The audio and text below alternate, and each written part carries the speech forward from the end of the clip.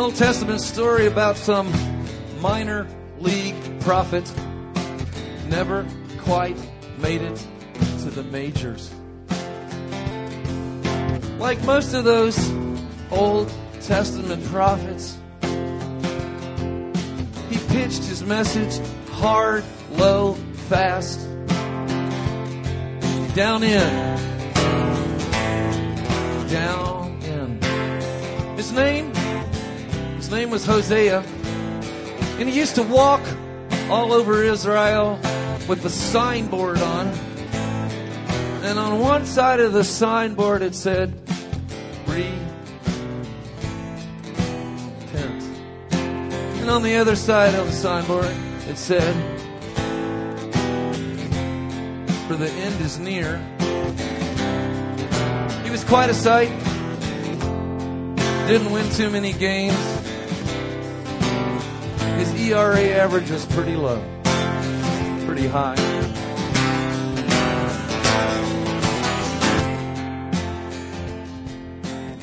He got some special instructions one day from the dugout. The team manager said, "There's this hot girl in town. I want you to bring her a new dress for me.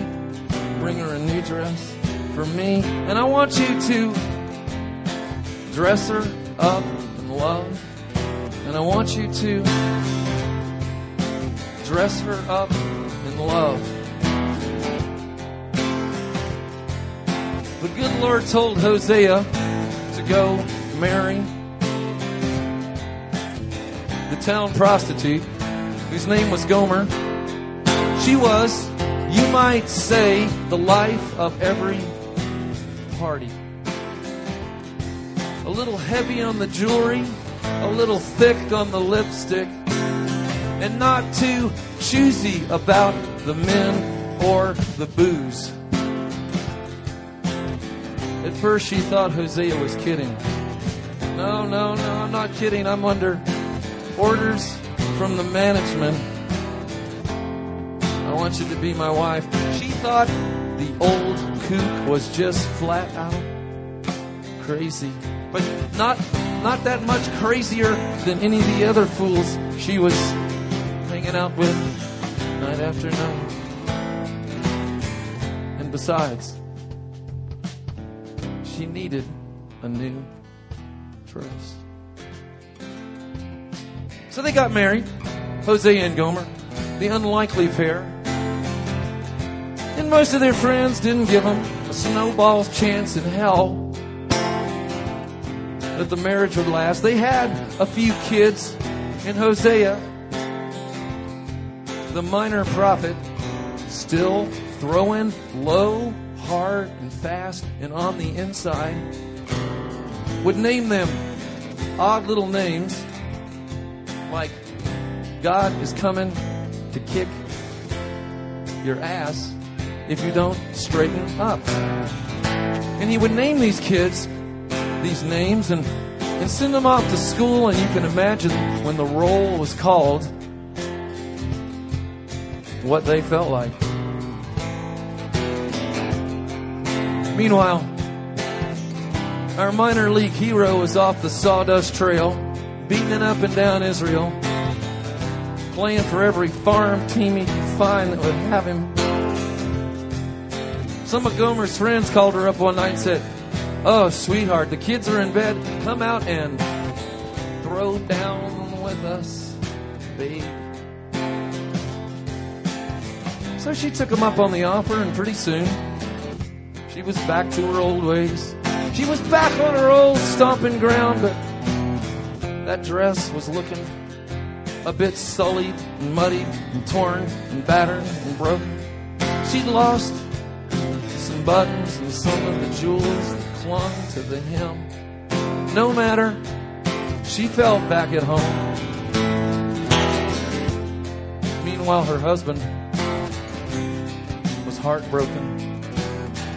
He'd fuss at her to no avail. He'd try locking the door, and she'd stumble home at 3 or 4 in the morning, and he'd open the door and let her back in.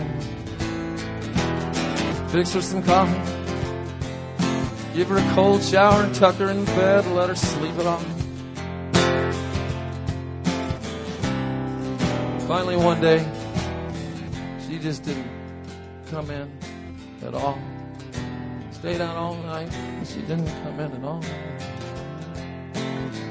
Hosea found that funny little thing about the object, the funny little thing about the object of your affections is when you think you're doing all the work and you think you're carrying all the load, it's already started to change you.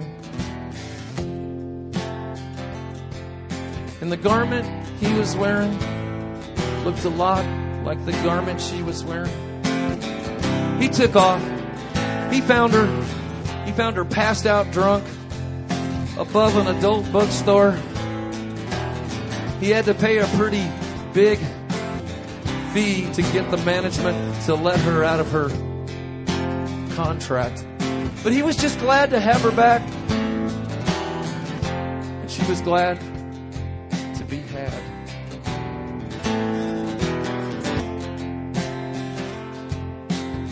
He changed his signboard to read. After all the thinking and all the hurt and all the bitterness, he had the most important love of his life back by his side. On one side of the signboard, it now read, God is love. And on the other side of the signboard, remember what I said about the object of your affections changing you from the inside out. And on the other side it read,